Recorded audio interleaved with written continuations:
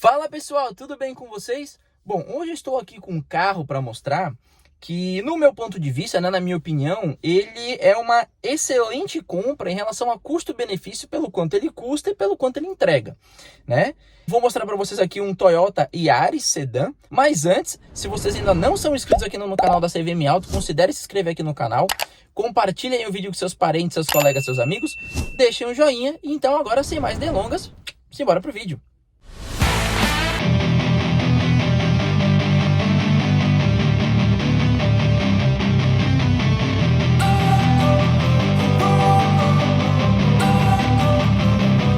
Don't wanna sleep in, cause I got something to prove. I gotta take what I hate and finally make. Como eu disse aí pra vocês na cabeça do vídeo, né? Nós estamos falando aqui de um Toyota Yaris Sedan, né?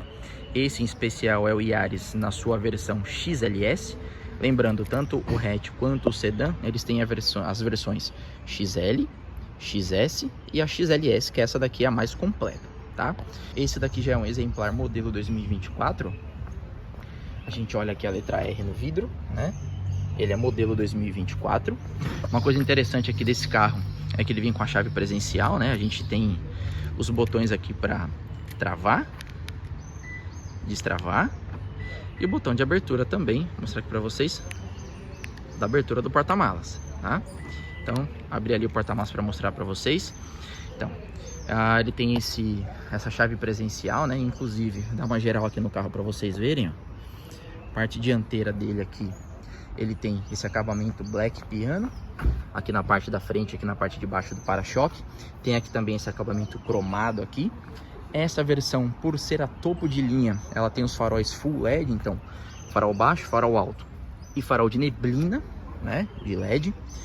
Tem também essas rodas com acabamento diamantado aqui, black piano com diamantado, né. Uma rodinha aro 15 polegadas com pneus aqui 185 60 aro 15. Vou mostrar para vocês aqui que esse carro é modelo 2024, ó.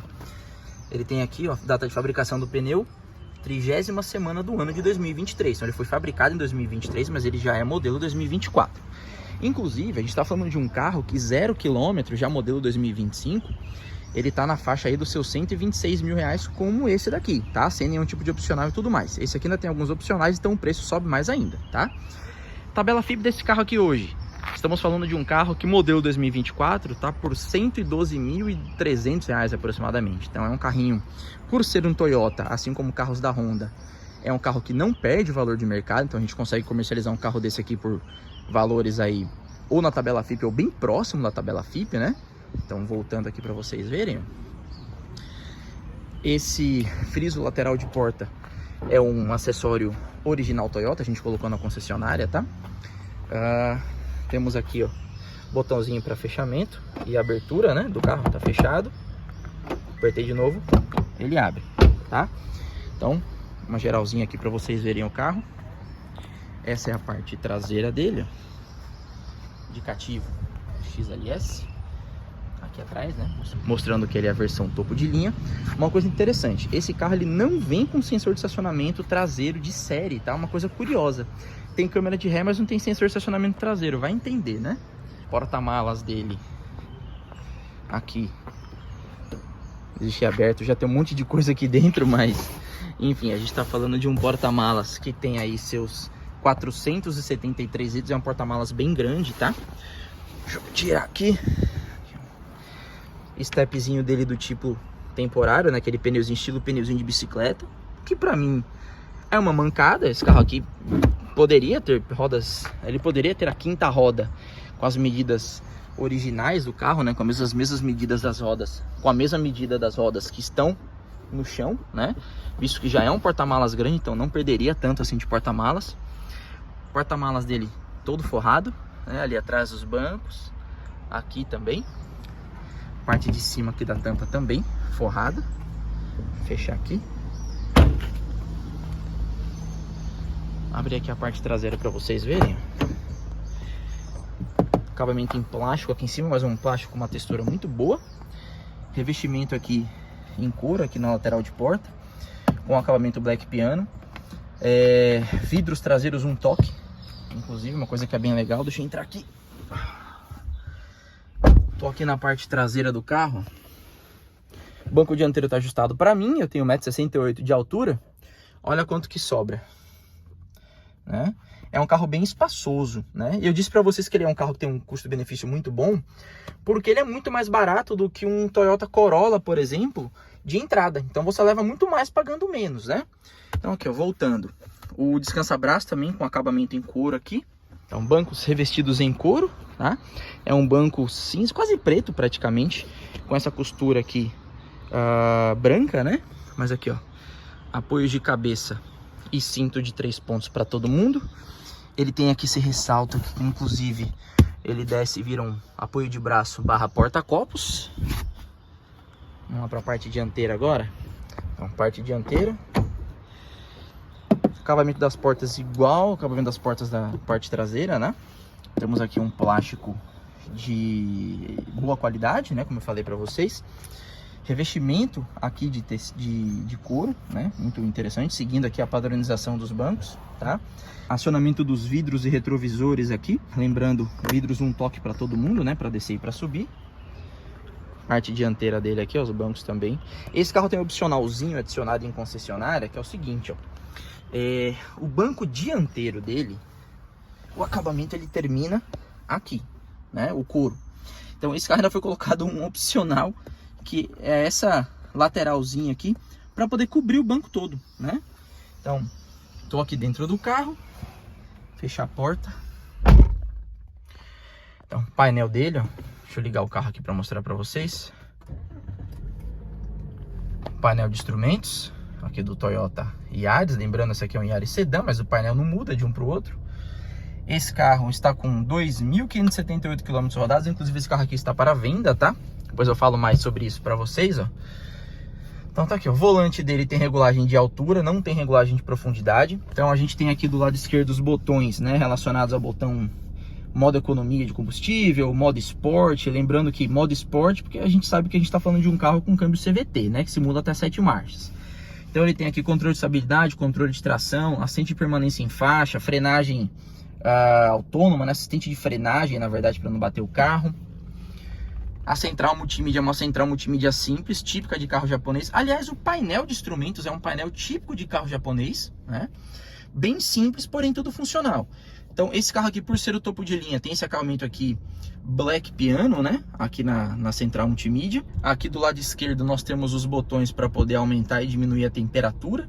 Aqui do lado direito o botão para poder... Os botões, na verdade, para a gente poder aumentar a velocidade ou diminuir a velocidade do ventilador.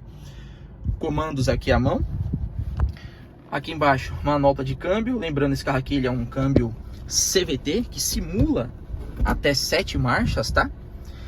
Curioso, como eu falei para vocês, ele não vem com sensor de estacionamento traseiro, mas ele vem com câmera de ré. Agora a câmera de ré dele, você vira o volante, ela não acompanha o desenho, tá? Mas ele vem aqui com a câmera de ré. Acabamento Black Piano aqui também, com esse cromado aqui, esse aro cromado aqui, né? Freio de mão, freio de estacionamento manual, né, mecânico. Tomadinha aqui 12 volts. Aqui no descansa-braço a gente tem ainda um espaço para colocar algumas coisinhas. Tomadinha USB aqui atrás, ó. Aqui no painel de instrumentos, lado esquerdo, a gente tem um conta-giros. No meio nós temos o velocímetro. E aqui do lado nós temos uma telinha com funções relacionadas ao computador de bordo. Então a gente tem velocidade digital, tem autonomia, a gente tem marcador do nível de combustível, né? A gente consegue mudar aqui algumas funções, a gente consegue mexer em algumas funções do carro, inclusive, ó, mexendo aqui nos botões, tá? Então, botões aqui pra gente mexer no computador de bordo, botões aqui pra gente atender o telefone, né? Mudar a música, subir ou descer o volume, enfim. E aqui, uma coisa curiosa, né? Carro da Toyota, botão do piloto automático, né? Acionamento do piloto automático, né? O controle de velocidade, enfim, tudo mais, tá? Acabamento aqui no painel também todo em plástico, mas como eu disse, um plástico de boa qualidade. Retrovisor dele aqui fotocrômico. Uma coisa interessante, ele tem os faróis full LED, a parte traseira não é toda de LED, mas aqui dentro, ó, as lâmpadas são halógenas. Curioso, né? E aqui nós temos os botões para a gente mexer no teto solar. Lembrando, esse carro aqui ele é o topo de linha, então ele tem aqui a cortininha do teto solar e ele tem o teto solar, ó. Vamos abrir o teto solar aqui, vou apertar o botão. Deixa eu ver se dá para pegar. Pronto. Abre. pausei aqui porque não quero que ele continue abrindo todo. Voltei aqui. Certo? E aqui eu posso mexer aqui também, ó, deixar ele mais para cima. Apenas, olha, abre só essa parte de trás. Eu posso descer de novo. Sensor de chuva, sensor crepuscular. Uma coisa interessante que esse carro aqui tem. Aqui, ó, nós temos o espelhinho, né, o parasol com espelhinho e uma luzinha também halógena para o passageiro. E para o motorista a mesma coisa. Espelhinho aqui, um abre e fecha aqui e um botãozinho aqui. Vamos ver se ele fecha? Aliás, vamos ver se ele apaga a luz. Vamos ver. Ih, não apaga. Curioso, né? Vai entender a mancadinha, mas acontece. Enfim. Então tá aqui, ó. Vamos ver o outro lado. Se é por conta ali do controle. Fechei. Ele não apaga realmente. Mancada, hein? Mas enfim. Ok.